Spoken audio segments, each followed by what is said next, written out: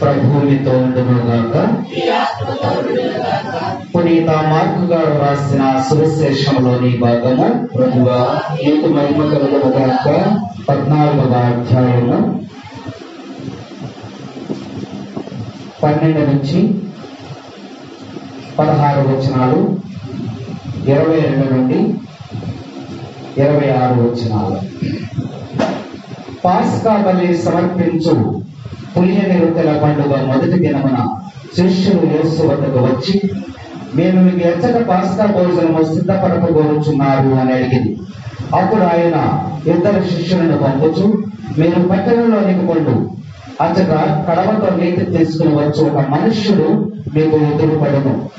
మీరు అతనిని వెంబడించి అతను ప్రవేశించిన ఇంటికి వెళ్ళి ఆ ఇంటి యజమానితో, నా శిష్యులతో నేను పాస్కా భోజనం భుజింపవలసిన అతిథిశాల ఎక్కడ అని మా గురువు అడుగుచున్నాడు అని చెప్పుడు.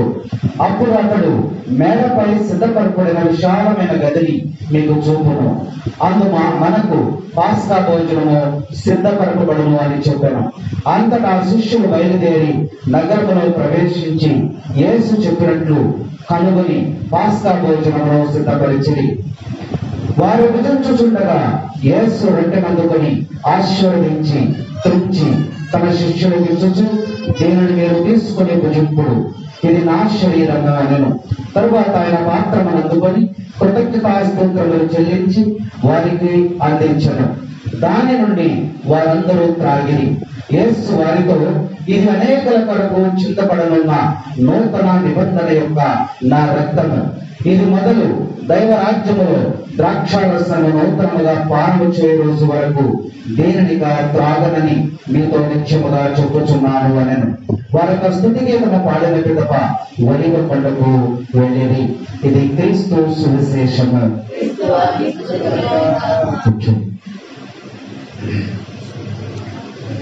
Praise the lord, praise the lord. తండ్రి వందనం, తండ్రి స్తోత్రం, యేసు వందనం, యేసు స్తోత్రం. Praise the lord, praise the lord, praise the lord. ఈరోజు ప్రత్యేకమైనటువంటి ఆదివారం. ఈరోజు గొప్ప పండుగ. ఏమిటా పండుగ? ఏం పండుగ? దివ్య సత్ప్రసాద మహోత్సవం అనేటువంటి ఒక పండుగను, గొప్ప పండుగను మనము కొనియాడుతూ ఉన్నాం. పోయిన వారం పండుగ, పోయిన వారం పండుగ త్రిత్వైక సర్వేశ్వరుని మహోత్సవ పండుగ. అంతకుముందే పండుగ పెంతెకొస్తు పండుగ. అంతకుముందే పండుగ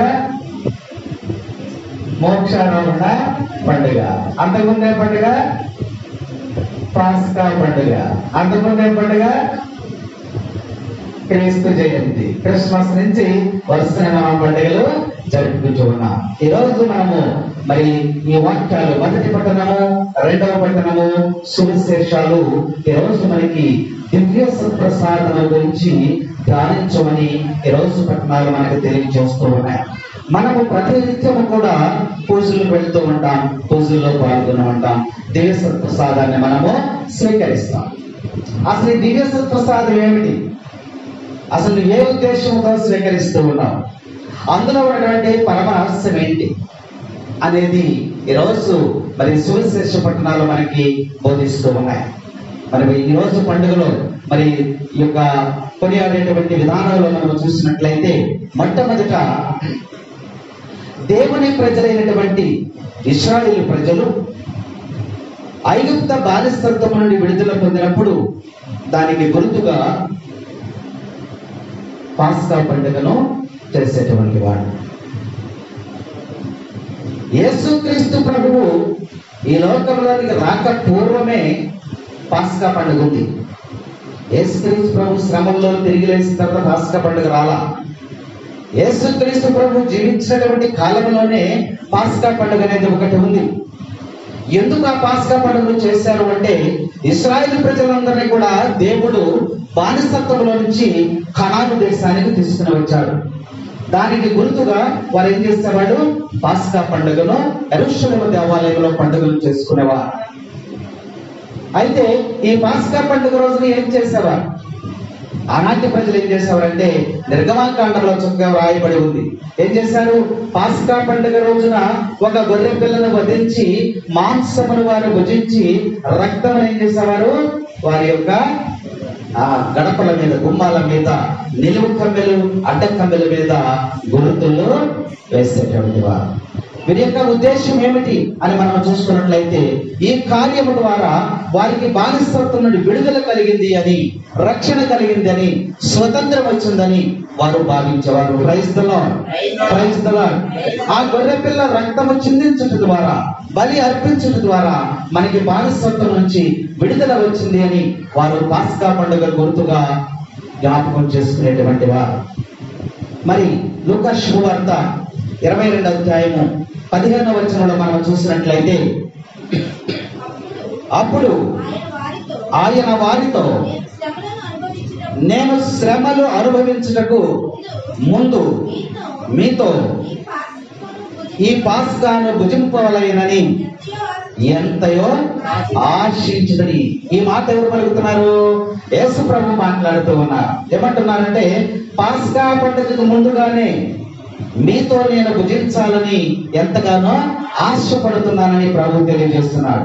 అంటే ప్రభువు యేసుక్రీస్తు ప్రభు తన జీవితంలో ఈ 33 సంవత్సరాలలో అనేక సార్లు పాస్కా పండుగకి వచ్చాడు యెరూషలేముకి. అయితే ఈ పాస్కా పండుగకి ఆయన ఒక ఉద్దేశాన్ని తెలియజేస్తూ ఉన్నారు.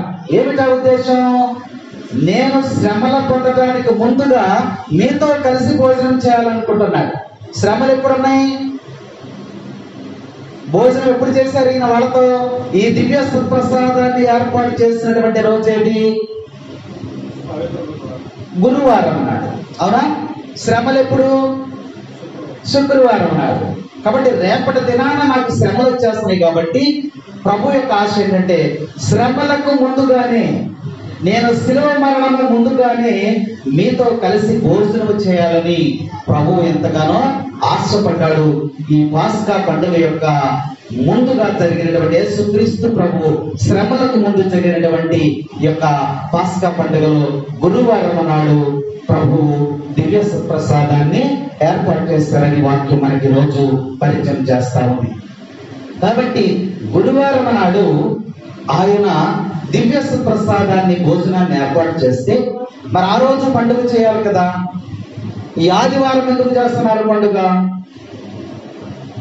ఆ రోజే చేయాలి కదా. చేయడం ఎందుకంటే తర్వాత రోజున ఏం జరుగుతుంది?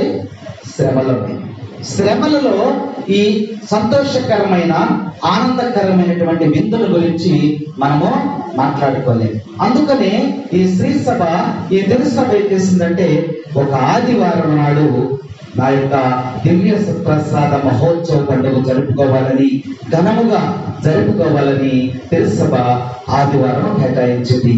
అది ఈ పవిత్రమైనటువంటి ఈ యొక్క ఆదివారంలో మనం చేస్తూ ఉన్నాం. ఈ దివ్య ప్రసాదాల గురించి మనకి ఎంతవరకు తెలుసు? చెప్పండి మీరు. దివ్య ప్రసాదాల గురించి ప్రతి పూజలో కూడా మనము దివ్య ప్రసాదాన్ని స్వీకరిస్తున్నాం.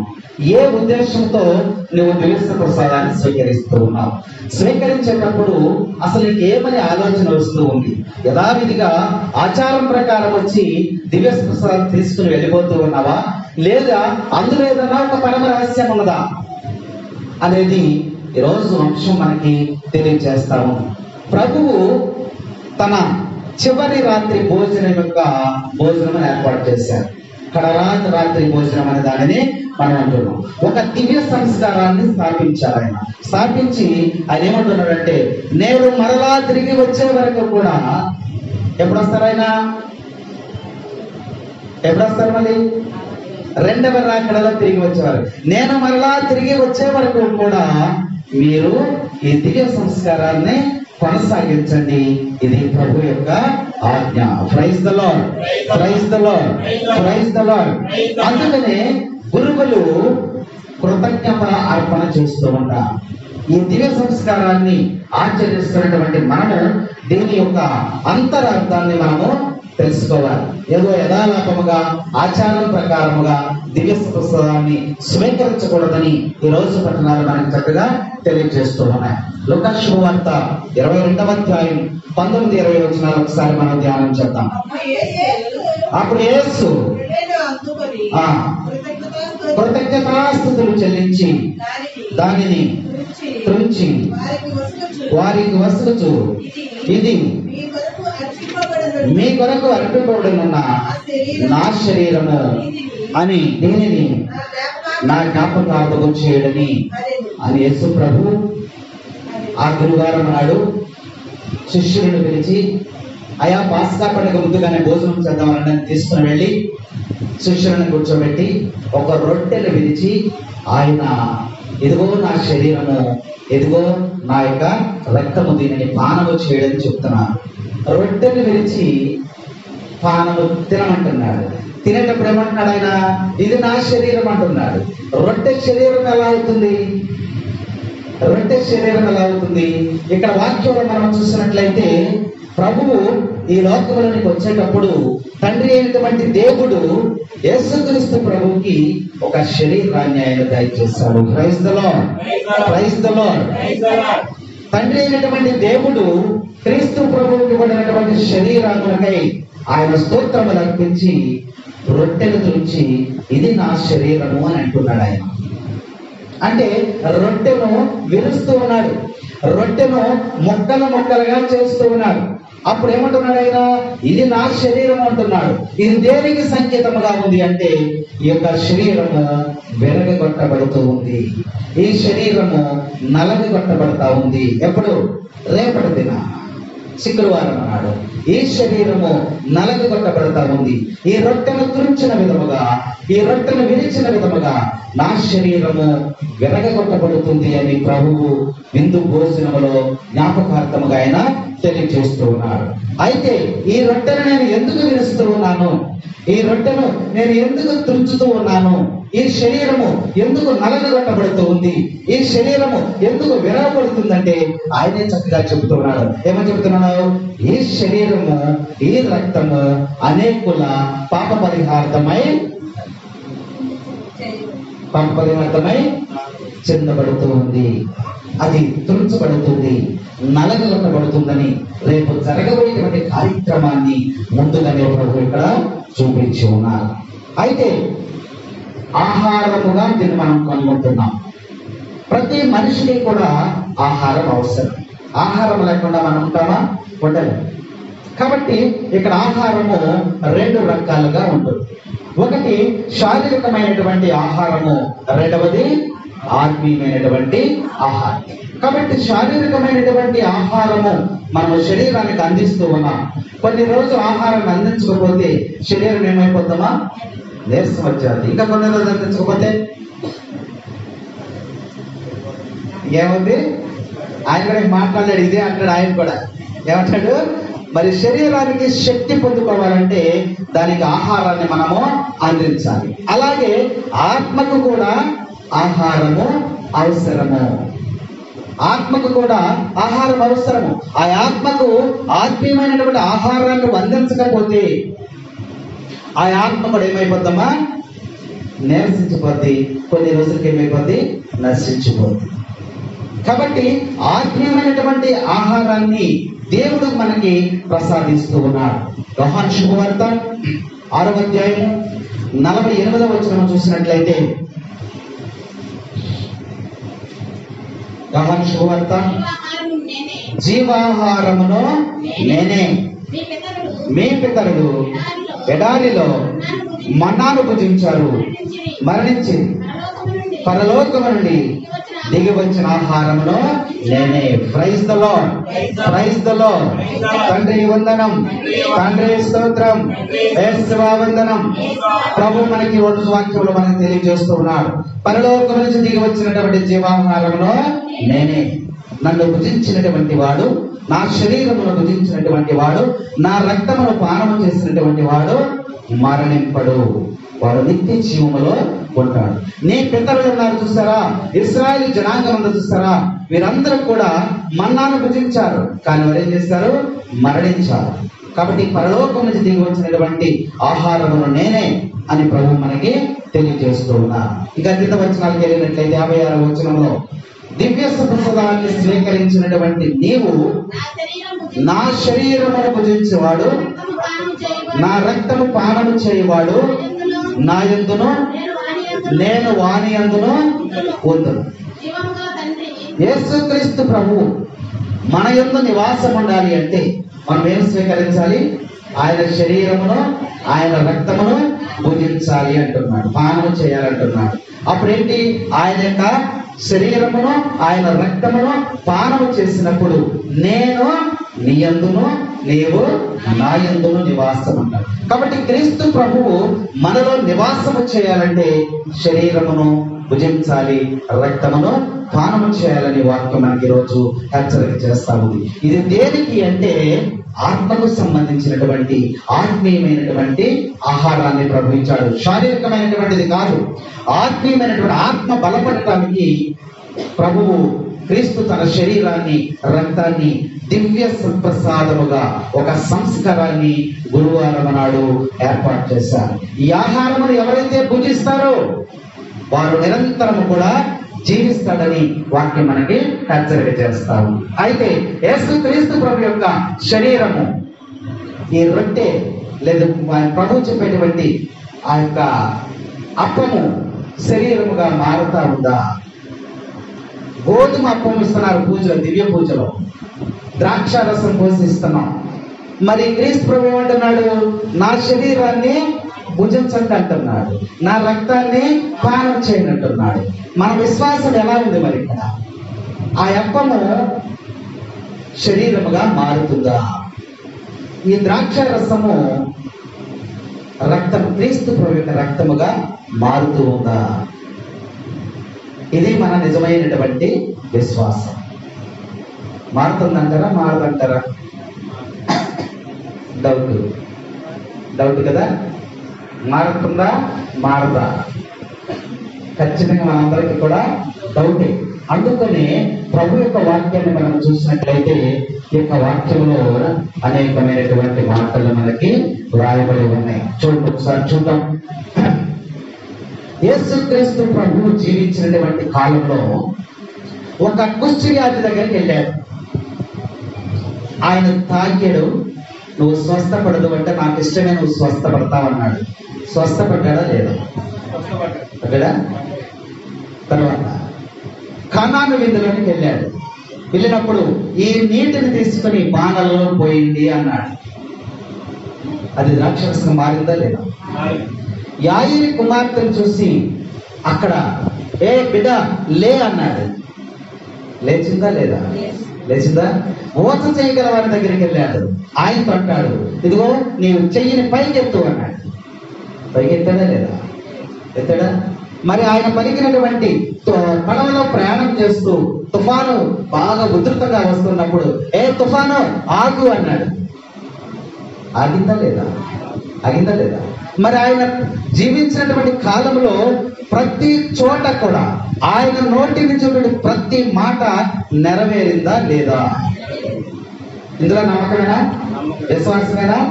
కాబట్టి మరణించినటువంటి లాజరు దగ్గరికి వెళ్ళి ఏ లాజరు లేచిరా అన్నాడు.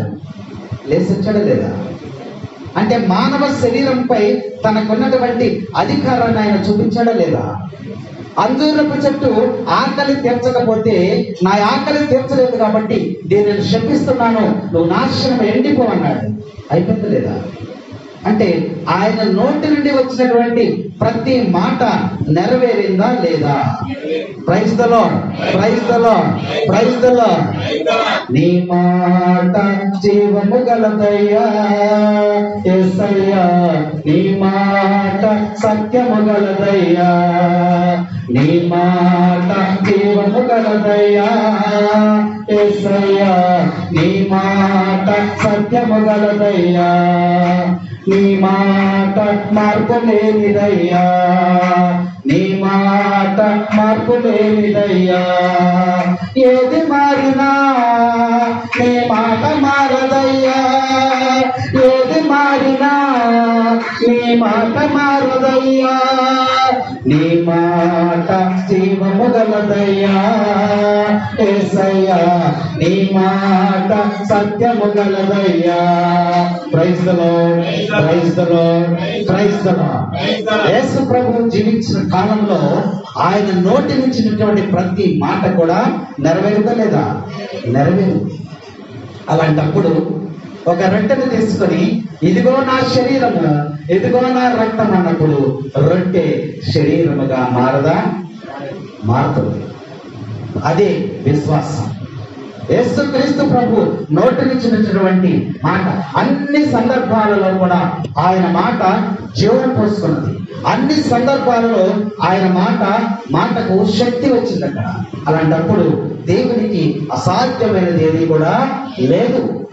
అందుకనే రొట్టెని విరిచినప్పుడు ఆయన అంటున్నాడు, ఇదిగో నా శరీరము, ఇదిగో నా రక్తము అంటూ పలికినటువంటి మాటలను కూడా ఏం జరుగుతుందమ్మా? జీవంతో కూడుకున్నటువంటి మాటలని. ఇక మనకి సందేహం ఉండకూడదు. ఇన్ని సందర్భాలలో ప్రభు యొక్క మాట నెరవేరినప్పుడు ఈ రొట్టెని విరిచినప్పుడు కూడా ఇదిగో నా శరీరము. ఆ రొట్టె దేనిగా మారిపోయిందమ్మా? శరీరంగా మారిపోయింది. ఇదిగో నా రక్తము, ఆ ద్రాక్షరసం దేనిగా మారిపోయింది? రక్తముగా మారిపోయిందని ఒక నిండు విశ్వాసాన్ని మనం పడగలం. ఇందులో ఏమాత్రం కూడా అనుమానం ఉండకూడదు. ఈ విశ్వాసాన్ని మనము బలపరుచుకోవాలి. అయితే ఈ దివ్య ప్రసాదాన్ని మనం ఎక్కడ తీసుకుంటాం? పూజలో, దివ్యపల్లి పూజలో. దివ్యపల్లి పూజలో 3 అంశాలు ఉంటాయి. 3 అంశాలు ఉంటాయి. ఈ దివ్య పూజ సమర్పించేటప్పుడు గురువుది ఏమి ఉండదు అక్కడ. గురువు ఒక సాధకుడు మాత్రమే. ఆయన ఒక సాధకుడు మాత్రమే. దేవునికి మనకి మధ్య ఉన్నటువంటి ఒక సాధనం అది. ఆ గురువు చేసేటువంటి, ఆయన అభిషేకించుకున్నాడు కొంతమందిని. అభిషేకించుకుని నా శరీరమును, నా రక్తమును వారికి పంచిపెట్టండి. ఎవడైతే ఈ యొక్క శరీరాన్ని భుజిస్తాడో, రక్తాన్ని పానం చేస్తాడో వాడు నిత్య జీవాన్ని పొందుతాడు. కాబట్టి నా పేరట వారికి అందించండి అని గురువులను ఆయన నియమించుకున్నారు. ఈ దివ్య పూజ జరిగేటప్పుడు 3 అంశాలు జరుగుతూ ఉంటాయి. మొట్టమొదట ఒక అంశం ఏంటంటే బలి అర్పించుట. ఏంటది? పీఠము దగ్గర బలి అర్పిస్తూ ఉంటారు. ఈ బలి అర్పించేటప్పుడు గురువులు మాత్రమే చేయాలి. దేవుడు ఎవరినైతే అభిషేకిస్తూ ఉన్నారో ఆ అభిషక్తులు యాజకులు మాత్రమే ఆ యొక్క బలిని సమర్పించాలి. యాజకులకి పూర్వవేదం నుంచి కూడా యాజకులకి వస్త్రాలు ఉంటాయి, ప్రత్యేకమైనటువంటి వస్త్రాలు ఉంటాయి. ఆ వస్త్రాలను ధరించి వారు బలిపీఠము దగ్గర అర్పిస్తూ ఉంటారు. రెండవ అంశం ఏంటంటే దివ్య సాక్షాత్కారం. దేవుడు దర్శనమిచ్చేటువంటి స్థలము, దేవుడు ప్రత్యక్షమయ్యేటువంటి స్థలము, దివ్య సాక్షాత్కారం జరిగేటువంటి స్థలము యొక్క బలిపీఠం దగ్గర గురువు సమర్పిస్తూ ఉంటారు. అందుకని ఫాదర్ గారు పూజ చేసేటప్పుడు మనకు ఒక మాట చెప్తారు, నడి పూజలో ఉన్నాము, ఎవరు కూడా మాట్లాడద్దు, నిశ్శబ్దంగా ఉండాలని చెప్తారు. ఏమిటి నడు పూజలో ఉన్నటువంటి సందర్భం అంటే, ఆయన ఆ సమయంలో అప్పమును ద్రాక్షారసమును ఆకాశం వైపు పైకెత్తి తండ్రి అయినటువంటి దేవుణ్ణి, కుమారుడైనటువంటి దేవుణ్ణి ఆహ్వానిస్తూ ఉన్నారు. ఎక్కడికి? పీఠము మీదకి, బలిపీఠం మీదకి ఆహ్వానిస్తూ ఉన్నారు.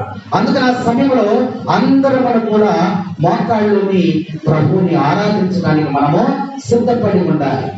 అది దేవుడు పరలోకం నుండి దిగి వచ్చేటువంటి ప్రాముఖ్యమైనటువంటి పవిత్రమైనటువంటి సమయము, దివ్య సాక్షాత్కారము జరుగుతా ఉంది. ఆ సమయంలో ఈ అప్పము ద్రాక్షారసము పైకెత్తి ఆయన ప్రార్థన చేస్తారు. తండ్రి అయినటువంటి దేవుణ్ణి ప్రార్థన చేస్తారు. ఏమని ప్రార్థన చేస్తారమ్మా? పూజల్లో పాల్గొంటున్నారు కదా, చెప్పండి మరి ఒకసారి. మనం ఎందులో పాలన చేస్తున్నాం? 1 కొరింథీయులకు రాసి చూడండి. 1 కొరింథీయులు 11వ అధ్యాయము 27వ వచనంలో ఒక చదువు. కనుక అయోగ్యముగా ప్రభువు యొక్క రొట్టెను ఎవడైనను తినిన ఎడల లేక ఆయన పాత్రము నుండి త్రాగినను అతడు ప్రభు శరీరమునకు రక్తమునకు వ్యతిరేకముగా పాపము చేయించున్నాడు. మరి మనం పాపం చేస్తున్నామా, పుణ్యం చేస్తున్నామా? చూడండి, అక్కడ ఎవడైనా అయోగ్యుడుగా ఉండి, అపవిత్రముగా ఉండి, అపరిశుద్ధముగా ఉండి, పాపములో ఉండి దివ్య ప్రసాదాన్ని నువ్వు స్వీకరిస్తూ ఉంటే నువ్వు పాపము చేసినట్లే, దేవునికి వ్యతిరేకముగా జీవించినట్లే. ఆయన యొక్క శరీరమును, రొట్టెను, ఆయన యొక్క రక్తమును నువ్వు అయోగ్యముగా స్వీకరించినట్లయితే అది దేవునికి వ్యతిరేకంగా మనము చేసినట్లేనంట. కాబట్టి పూజ జరుగుతున్నప్పుడు పూజకు ముందుగా మనం ఏం చేస్తాం? పాప సంకీర్తన చేస్తాం, మన పాపాలని ఒప్పుకుంటాం, పశ్చాత్తాప ప్రార్థన చేస్తాం. అనంతరమే ఆ యొక్క దివ్య ప్రసాదాన్ని మనము స్వీకరించాలి, ఆయన యొక్క పాత్రలోనిది మనము స్వీకరించాలని ఇక్కడ వాక్యం మనకి తెలియజేస్తా ఉంది. అందుకనే ఫాదర్ పూజ చేసేటప్పుడు మనం చాలా భక్తి శ్రద్ధలతో మనం ఆలోచిస్తూ ఉంటాం. ఏమంటారు ఆయన? పావన పిత, మీరు నిజముగా పరిశుద్ధులు, మీ సృష్టి అంతయు మేము స్తుతించుట యుక్తము. ఏలయన మీ దివ్య కుమారుడు మా ఏలిన వారైన క్రీస్తు ద్వారా పవిత్రాత్మ ప్రభావం వలన సమస్తమును పునరుద్ధరించి పవిత్రపరచుచున్నారు. ప్రపంచమాద్యాంతము మీ నామమునకు నిర్మల కానుకై సమర్పించుటకై ప్రజలు నిరంతరము పిలుచుచున్నారు. అంటే దేవుని పేరట పవిత్రాత్మ సహకారంతో మనందరినీ కూడా గురువు ఎక్కడికి పిలుస్తున్నారు? పీఠము వద్దకు పిలుస్తూ ఉన్నారు. ఎందుకని? పీఠము దగ్గర పరలోకములోని దేవుడు ప్రత్యక్షమైనటువంటి స్థలం అది. కాబట్టి అక్కడ ప్రభు మనకు మధ్యస్థంగా ఉండి గురువు దేవుణ్ణి అక్కడికి పిలుస్తున్నటువంటి సమయంలో ఆయన చేసేటువంటి ప్రార్థన. కావున ఏలిన వారా, ఈ కానుకలను మీకు ఎంటున్నారు, ప్రతి పూజలు ఎంటున్నారు, చెప్పండి. ఏలిన వారా, ఈ కానుకలను మీ సముఖముకు తెచ్చి ఉన్నాము. ఏ కానుకలవి? మనం వేసే కానుకలు కాదు. ఏ కానుకలు? అప్పము, ద్రాక్షారసము రెండు కూడా పైకెత్తి ఈ కానుకలను మీకు సముఖమునకు తెచ్చి ఉన్నాము. పవిత్రాత్మ ద్వారా వీటిని పవిత్రపరచ బ్రతిమాలుకొనుచున్నాం. ఈ విధముగా ఇవి మా నాదుడును మీ కుమారుడైనటువంటి యేసు క్రీస్తు శరీర రక్తములు అగునుగాక. ఎవరు చేస్తున్నారు ఈ విన్నపాన్ని? గురువు చేస్తా ఉన్నారు. ఇది ఎవరు చేస్తున్నారు? మీ వారి ఆజ్ఞ ప్రకారమే. ఎవరాజ్ఞ ఇది? యేసుక్రీస్తు ప్రకటించినటువంటి ఆజ్ఞ. ఎప్పుడు ఇచ్చారు? గురువారం నాడు ఇచ్చారు. ఏమని చెప్పారు? ఇది నా ఆజ్ఞ ప్రకారమే, నేను మరలా తిరిగి వచ్చే వరకు కూడా మీ ఆజ్ఞ ఈ దివ్య సంస్కారాన్ని కొనసాగించండి అని శిష్యులకు బోధించారు. అందుకనే గురువు పూజ చేసేటప్పుడు పూజలు అంటున్నారు, మీ ఆజ్ఞ ప్రకారమే ఈ కృతజ్ఞత అర్పణ నెరవేర్చుచున్నాము. వారు అప్పగింపడిన రాత్రి అప్పమునందుకొని మీకు కృతజ్ఞతావందనములు చెప్పి స్తుతించి త్రుంచి శిష్యులకు ఇచ్చుచు వీటిలనేది ఏమన్నారు?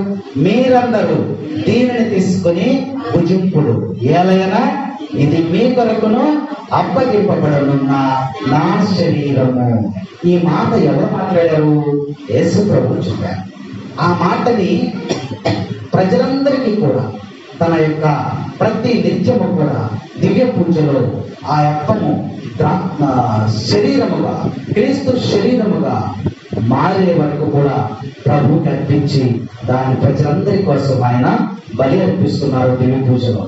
అలాగే రెండో అంశాన్ని మనం చూసినట్లయితే, ఆ విధముగానే భోజనానంతరము పాత్రమునందుకొని మీకు కృతజ్ఞతావందనములు చెల్లించుచు స్తుతించి శిష్యులకు ఇచ్చుచు ఇట్లనేది ఏమంటారు? మళ్ళా మీరందరూ దీనిని తీసుకొని పానము చేయడు, ఏలైనా నూతన నిత్య నిబంధన యొక్క నా రక్తపు పాత్రము, ఇది మీ కొరకును ప్రజలందరి కొరకును పాప పరిహారమునకై చింతారపోయబడును. ఇది ఈ రెండు కానుకలను గురువు ఎక్కడ అర్పిస్తున్నారమ్మా? ఎక్కడ అర్పిస్తున్నారు? ఆకాశం వైపు పైకెత్తి దేవుడిని ప్రార్థన చేస్తున్నారు. ఆ సమయంలో ఏం జరుగుతుంది? అప్పము శరీరముగాను, ద్రాక్షారసము రక్తముగాను మార్పు చెందుతుంది. అది క్రీస్తు యొక్క సజీవ దేహము, అది దివ్య సత్ప్రసాదము. Praise the lord, praise the lord, praise the lord. ఈ దివ్య సత్ప్రసాదం వల్ల అనేక చోట్ల అనేకమైనటువంటి అద్భుతాలు కూడా మనకి జరుగుతూ ఉన్నాయి. మరి అంతోని వారి ప్రార్థనలు మనం చేస్తూ ఉంటాం. అంతోని వారు ఒకసారి ఒక అవిశ్వాసి ఆయన దగ్గరికి వచ్చాడంట. ఒక అవిశ్వాసి ఆయన దగ్గరికి వచ్చి, నువ్వు అప్పమంటున్నావు, ద్రాక్షారసం అంటున్నావు, ఈ శరీరాలుగా మారుతా, ఇందులో దేవుడు లేడు, ఈ ద్రాక్షారసంలో రక్తం లేదు, ఈ అప్పములో దేవుని శరీరం లేదు అని ఒక సవాల్ విసిరాడు. విసిరినప్పుడు ఆయన కోపడ్డాడు. అంతోని వారు కోపడ్డా. ఆయన ఎప్పుడు కూడా ప్రశాంతంగా ఉండేటువంటి వాడు, ప్రార్థనలు చేసుకునేటువంటి వాడు, దేవునితో మాట్లాడేటువంటి వాడు, దేవుని అనుగ్రహం ఉన్నటువంటి వాడు. ఆయన అన్నాడంట నెమ్మదిగా, అయ్యా ఒక 4 రోజులు ఆగిరా, నీకు దివ్య ప్రసాదములో దేవుడు ఉన్నాడో లేడో నేను నీకు తెలియచేస్తానని చెప్పాను.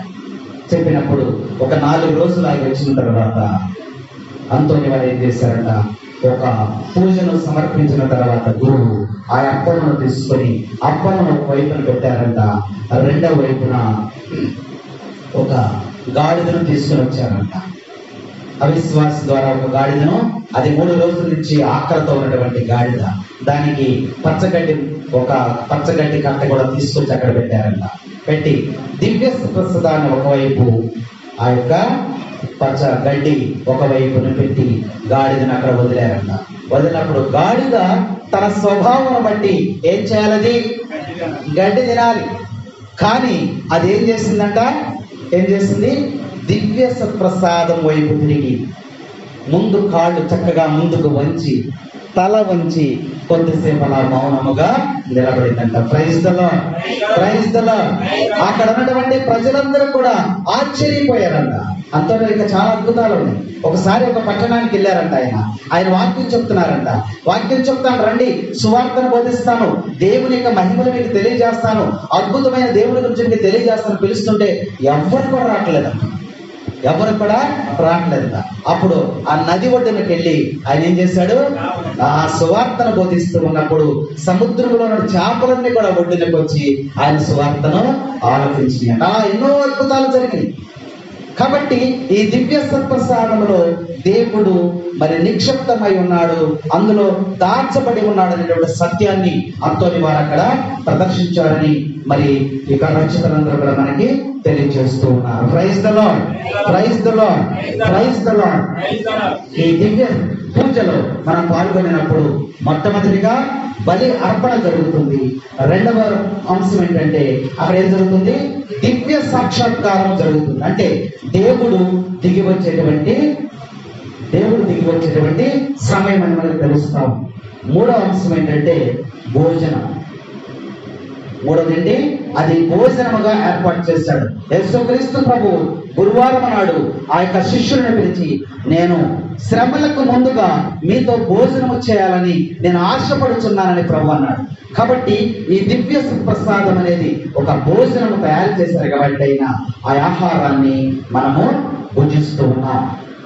కాబట్టి దివ్య పూజలో పాల్గొనినప్పుడు మనము ఎంతో భక్తి శ్రద్ధలతో దివ్య పూజలో పాల్గొనాలి. కేవలము అప్పము ద్రాక్షరసము కాకుండా అది క్రీస్తు యొక్క శరీరం అని, క్రీస్తు యొక్క రక్తం అని విశ్వాసం మనలో బలపడాలని ఈ యొక్క పండుగ మనకి తెలియజేస్తాము. అయితే మనం ఎప్పుడు కూడా తీసుకుంటున్నాం కదా, మరి దీని వలన ఏమైనా ప్రయోజనాలు ఉన్నాయా? దివ్య సత్ప్రసాదం స్వీకరిస్తున్నటువంటి మనలో మరి ఇంకా ఏ రకమైనటువంటి ఆలోచనలు ఉన్నాయి? ఇందులో ఏమన్నా మరి అద్భుతాలు జరిగేటువంటి శక్తి ఉందా అని ఆలోచన చేస్తే ఉంది. దివ్య ప్రసాదంలో ఒక పెద్ద పరమ రహస్యం ఉంది. ఏమిటంటే అది మనలో విశ్వాసాన్ని బలపరుస్తుంది. ఏంటన్నది మనలో విశ్వాసాన్ని బలపరుస్తుందని వాటిని మనకి హెచ్చరిక చేస్తాము. అది అప్పము ద్రాక్షారసము కాదు, అది క్రీస్తు యొక్క శరీరమే రక్తం అనేటువంటి విశ్వాసాన్ని మనము బలపరుచుకోవాలి. అప్పుడు మనకి విశ్వాసం పెరుగుతాం. యేసుక్రీస్తు ప్రభు అన్ని చోట్ల చెప్పాడు కదా, ఆయన చెప్పినట్లల్లా జరిగింది కదా, ఇప్పుడు ఎందుకు జరగదు అనేటువంటి విశ్వాసాన్ని మనలో బలపరుచుకునేటువంటి దానిని ఈ దివ్య ప్రసాదం మనకి తెలియజేస్తా ఉంది. ఇంకొక అంశం ఏమిటంటే అందులో సత్యాన్ని అన్వేషించేటువంటి వారికి బలాన్ని చేకూరుస్తుంది. దివ్య ప్రసాదం చేసేది ఏంటంటే సత్యాన్ని అన్వేషించేటువంటి వారికి బలమును చేకూరుస్తుంది. సత్యాన్వేషణ అంటే ఏంటమ్మా? సత్యము అంటే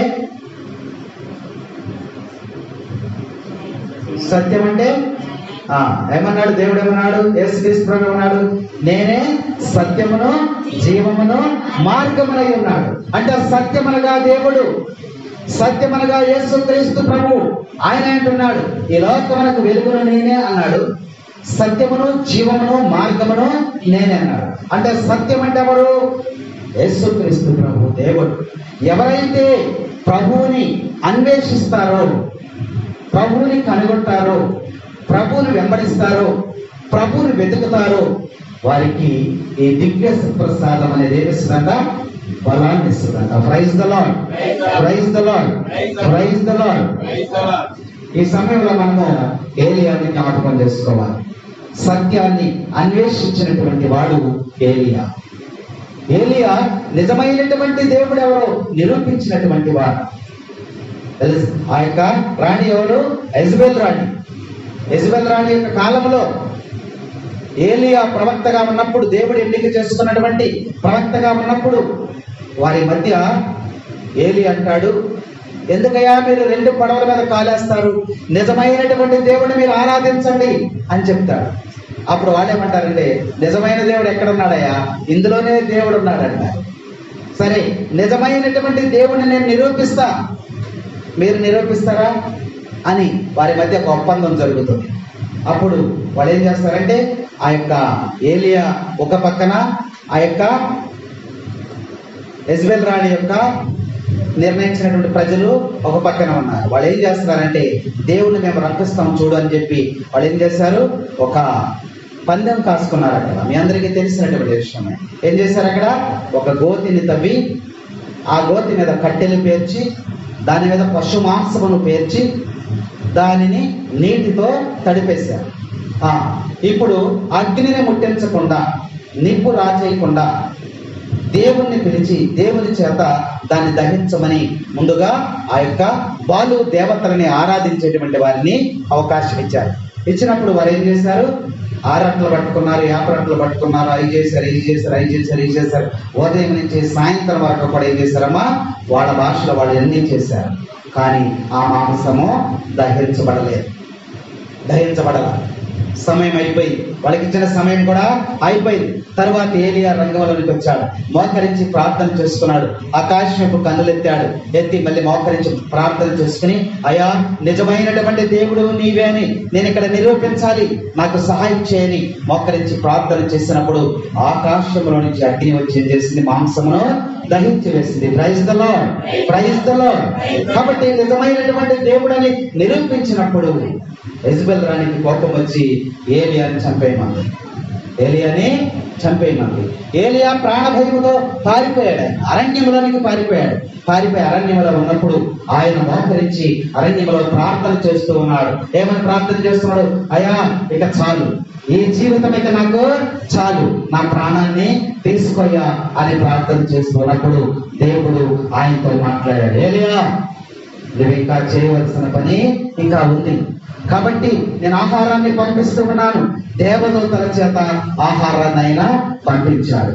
ఆహారాన్ని భుజించిన తర్వాత ఆయన ఏం చేశారమ్మా? 40 దినములు మళ్ళా ప్రయాణం చేశారు. అంటే దేవుడు పంపించినటువంటి ఆహారాన్ని భుజించడం ద్వారా ఎన్ని రోజులు నడవగలిగాడమ్మా? 40 దినాలు ఏకదాటిగా నడవగలిగాడు. అంత శక్తిని దేవుడు ఆయనకు ప్రసాదించాడని ఈ సందర్భంగా వాక్యం మనకి తెలియజేస్తా ఉంది. Praise the lord, praise the lord, praise the lord. కాబట్టి దేవుని కోసం ఎవరైతే వెతుకుతారో, ఆయన ఎవరైతే మరి అన్వేషిస్తారో వారికి ఈ దివ్య సత్ప్రసాదం అనేది 1000 ఏనుగుల బలాన్ని ఇస్తుందంట. నీ విశ్వాసము తొట్టిల్లకుండా, నీ విశ్వాసము నీలో నుంచి పోకుండా ఈ దివ్య సత్ప్రసాదాన్ని స్వీకరించడం ద్వారా నీకు బలము చేకూరుతుందని వాక్యం మనకి ఇక్కడ తెలియజేస్తాం. అందుకని ప్రభు అంటున్నాడు, ప్రయాసపడి భారము మోయే వారులారా నా యొద్ద రండి, నేను విశ్రాంతిని కలగజేస్తాను. కాబట్టి నీకున్నటువంటి భారములన్నీ కూడా ప్రభు దగ్గరికి వచ్చినప్పుడు దివ్య పూజలో పాల్గొని ఆ యొక్క క్రీస్తు యొక్క శరీరము రక్తాలను నువ్వు భుజించినప్పుడు, పానము చేసినప్పుడు నీకు తెలియనటువంటి ఒక శక్తి, నీకు తెలియనటువంటి ఒక బలము, నీకు తెలియనటువంటి ఒక విశ్వాసం అనేది నీలో బలపడుతుందని ఈరోజు మరి దివ్య సత్ప్రసాద మహోత్సవ పండుగ మనకి తెలియజేస్తాం. కాబట్టి మన జీవిత గమ్యం ఏమిటంటే పరలోకంలోనికి మనము ప్రవేశించాలి.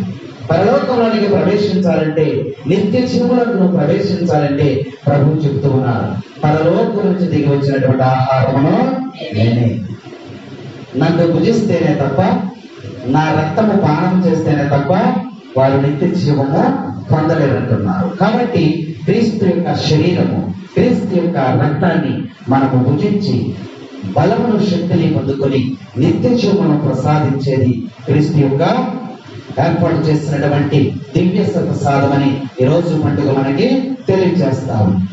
ఒకవేళ దివ్య సత్ప్రసాదానికి మనము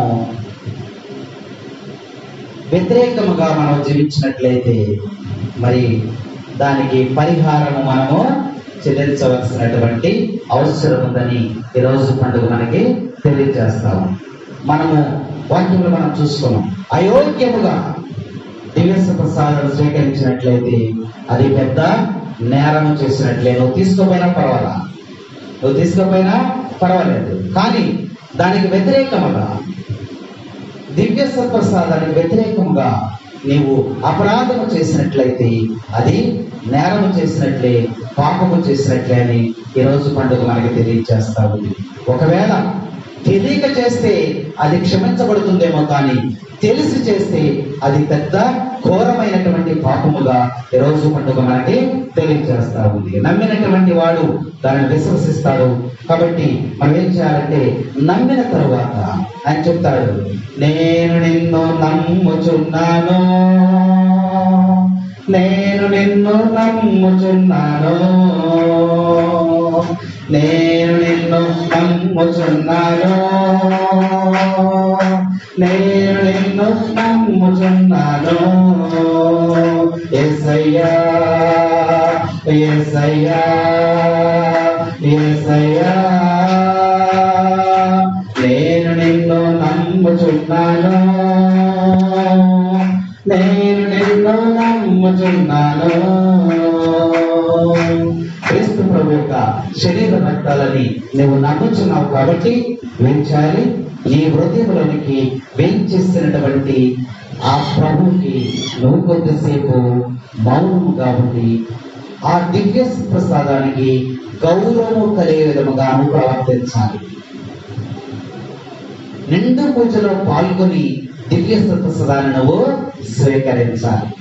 దివ్య ప్రసాదాన్ని స్వీకరించేటప్పుడు నీ యొక్క మనసు, నీ యొక్క శరీరము నీ ఆధీనములో ఉండాలి, భక్తితో ఉండాలి. ఏదో ఆడతా పాడతా వచ్చి దివ్య ప్రసాదానికి అగౌరవాన్ని చేకూర్చుకోవడం, ఎంతో భయభక్తులతో నువ్వు ఎక్కడికి వెళ్తున్నావు? దేన్ని స్వీకరించడానికి వెళ్తున్నావు? దేవుని వద్దకు వెళుతూ ఉన్నావు. అందుకని యెషయా గ్రంథంలో దేవుడు ఒక మాట అంటాడు, దేవుని ఎడల భయము కలిగి ఉండాలి, సేవకుని యొక్క మాటలను ఆలకించాలి అంటాడు. దేవుడు అంటే నీకు భయం ఉండాలి. భక్తి ఉన్నంత మాత్రాన సరిపోదు. నువ్వు వచ్చి ప్రార్థన చేయడం, పాటలు పాడటం, లేదా మరి ఇంకా దైవ కార్యం అంటే చేయడం, అది కాదు, అది భక్తి. కానీ దేవుని ఎడల నీకేముండాలి? భయం ఉండాలి. అందుకని 2 మాటలు యెషయా ప్రవక్తతో ఆనాటి ప్రజలకు దేవుడు హెచ్చరిక చేస్తున్నాడు.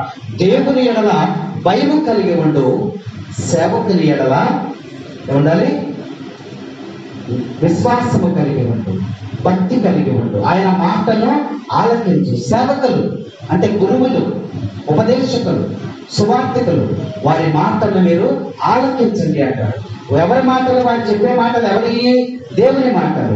ఆ మాటలు ఆలకించడం ద్వారా భక్తి భావం వస్తుంది. నువ్వు భక్తి కలిగి ఉన్నప్పుడు దేవునికి భయపడి నువ్వు జీవించాలి. నీలో ఎంత భక్తి ఉన్నా, ఎంత భక్తి ప్రకటించినా దేవుని యొక్క భయం లేకపోతే ఇదంతా కూడా వ్యర్థమే. మరి నువ్వు దివ్య ప్రసాదాన్ని స్వయముగా క్రీస్తు ప్రభువుని స్వీకరించడానికి నువ్వు వస్తూ ఉన్నప్పుడు నువ్వు ఎంత భయభక్తులు కలిగి రావాలో ఈ రోజు పండుగ మనకి తెలియజేస్తాము. అందుకని దివ్య ప్రసాదాన్ని స్వీకరించే సమయంలో నువ్వు చాలా జాగ్రత్తగా, మౌనముగా, భయభక్తులతో, భక్తి భావాలతో, శాంతి సమాధానాలతో, ఏ విధమైన అసూయ, స్వార్థము లేకుండా మహిమపరిచే విధముగా, గౌరవించే విధముగా దివ్య ప్రసాదాన్ని స్వీకరించాలి. స్వీకరించిన తరువాత వెళ్తూనే మనం ఆళ్ళతో మాట్లాడుతూ ఉంటాం. అది తీసుకోగానే వెళ్తానే ఇలా చెప్పుకుంటూ వెళ్ళిపోతాం, మాట్లాడుకుంటా వెళ్ళిపోతాం. ప్రభు ఏమంటున్నాడు? నేను నీ యందు నివాసం ఉండాలంటే, నువ్వు నా యందు నివాసం ఉండాలంటే నా శరీరమును భుజించాలి, నా రక్తమును పానం చేయాలి. ఆ 2 నువ్వు తీసుకున్న తర్వాత నువ్వు ఎలా వెళ్ళాలి? మౌనముగా వెళ్ళి నీ స్థానంలో కూర్చుని నువ్వేం చేయాలి? నాలోకి వేం చేసిన యేసయ్య నీకు స్తోత్రాలు, వందనాలు. నేను పాపిని అయినప్పటికీ కూడా ప్రభువా నన్ను క్షమించి నాలోకి వేయించేసినందుకు నీకు స్తోత్రాలు. ప్రభువుని గౌరవించాలన్నమాట. ప్రభువుని ఘనపరచాలి, ప్రభువుని స్తుతించాలి, ప్రభువుని ఆరాధించాలి. నీలోకి వేయించేసినటువంటి ప్రభువును నువ్వు ఆరాధించాలి, అగౌరవపరచకూడదని ఈరోజు పండుగ మనకి తెలియజేస్తా ఉంది. Praise the lord, praise the lord. నీలోకి వేయించేసినటువంటి ప్రభువుతో కొంతసేపు సమయాన్ని నువ్వు కేటాయించాలి. నీ దగ్గరికి వచ్చినటువంటి యేసయ్యకి కొద్ది నిమిషాల పాటు మౌనంగా ఉండి ప్రభుతో నువ్వు గడపాలి అని ఈ యొక్క పండుగ యొక్క ఉద్దేశం. కాబట్టి వాక్యాలు మనం చూసుకున్నట్లయితే ప్రభువుతో స్తుతించడం, ప్రభువుని ప్రార్థించడం, ప్రభు సన్నిధిలో కొద్దిసేపు ప్రశాంతంగా మౌనముగా ప్రభువుని ఆరాధించడం అనేది ఈ దివ్య ప్రసాదం స్వీకరించిన తర్వాత చేయవలసినటువంటి ముఖ్యమైనటువంటి పని. తర్వాత ఇప్పుడు మనము మరి పండుగ మనకి తెలియజేస్తుంది కాబట్టి ఈసారి ఎప్పుడైనా దివ్య ప్రసాదం తీసుకున్నప్పుడు మీరు వెళ్ళేటప్పుడు వాళ్ళతో మాట్లాడబట్టండి. నేను చూస్తున్నా, గమనిస్తూ ఉన్నాను. అది ప్రభువుని మనం అగౌరవపరిచినట్లే. అందుకని మౌనముగా వెళ్ళి ప్రభువుతో కొద్దిసేపు మీరు ప్రభువులో ధ్యానంలో మీరు ఉండాలని ఈ పండుగ మనకి తెలియజేస్తా ఉంది. మరి పరిహారం చెల్లించమన్నారు కదా, ఎలా పరిహారం చెల్లించాలండి? ఒక మంచి పాప సంకీర్తన చేయడం ద్వారా మనము పరిహారము చెల్లించాలి. తర్వాత దివ్య స్వీకరించిన తర్వాత కొద్దిసేపు ప్రభువుని మనము ఆరాధించాలి. అదే పాప పరిహారములకు. కాబట్టి ఈ విందులో పాల్గొనేటప్పుడు మనకు ఒక సంతృప్తి అవుతుంది. దివ్య పూజలో పాల్గొన్నప్పుడు ఈ మానవునికి ఒక సంతృప్తి అవుతుంది. ఎందుకని?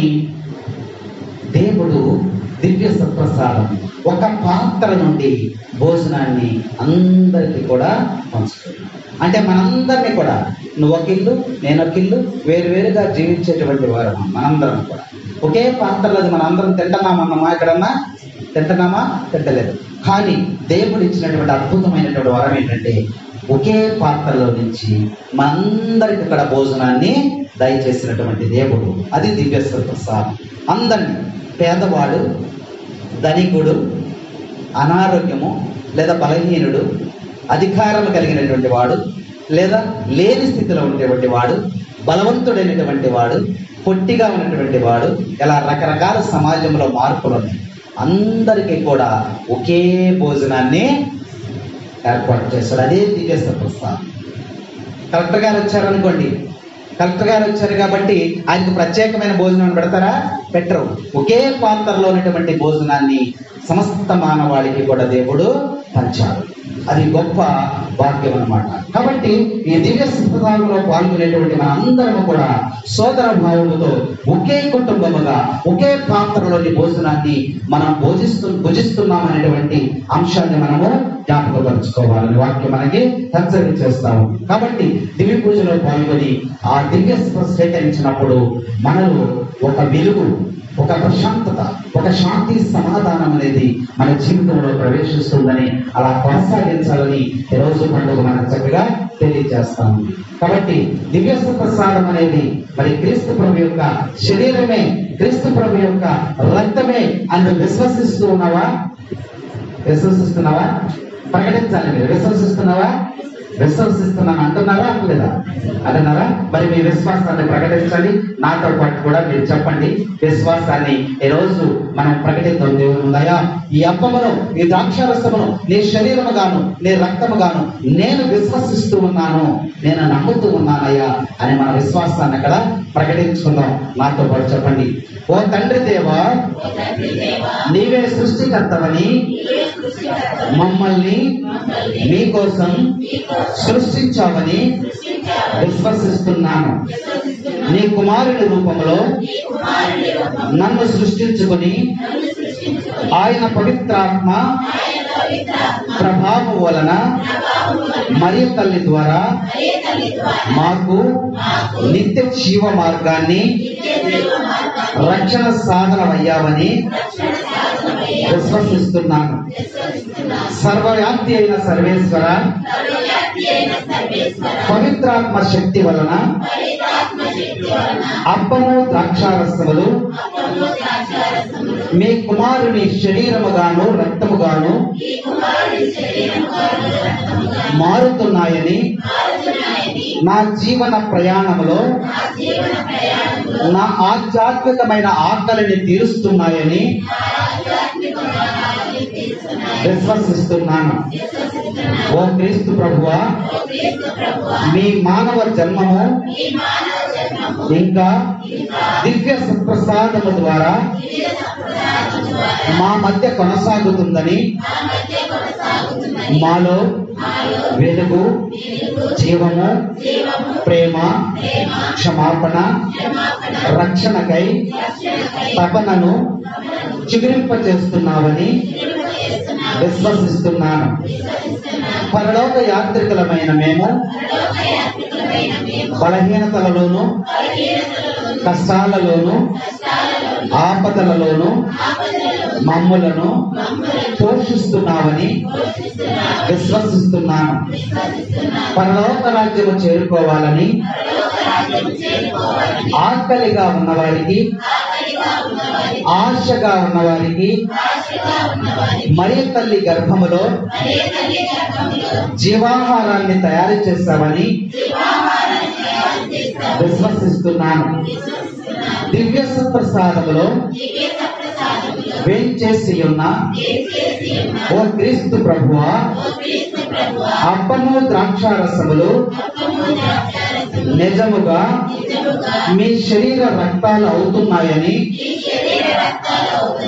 వాటిలో మీ సన్నిధి ఉన్నదని నేను విశ్వసిస్తున్నాను. మీ సన్నిధి ద్వారా రక్షణ కార్యము అందరికీ పంచుతూ ఈ యొక్క మందను పచ్చిక బయళ్లలోనికి, మంచి జలాలలోనికి నడిపిస్తున్నావని విశ్వసిస్తున్నాను. పడరాభోజన సమయంలో రొట్టెను ద్రాక్షారసమును తీసుకొని అన్ని కాలాలకు, అన్ని యుగాలకు ఒకేసారి దివ్య భోజనాన్ని అర్పించారని విశ్వసిస్తున్నాను. ఓ యేసు ప్రభువా, గొప్పవారికి, పేదలకును, పెద్దలకును, చిన్నవారికి అందరికీ ఒకే విందును తయారు చేశావని విశ్వసిస్తున్నాను. అప్పము ద్రాక్షారసములో వేంచేసి వచ్చి బలహీనమైన మాకు మీ యొక్క బలాన్ని ప్రసాదిస్తున్నావని విశ్వసిస్తున్నాము. మీ సువార్త ప్రకారము జీవించి మేము ఫలభరితమవుతామని, పరలోక రాజ్యము చేరుకుంటామని విశ్వసిస్తున్నాము. ఆమేన్. అందరూ లేచి నిలబడండి. విశ్వాస ప్రమాణం చెప్పుకున్నాం.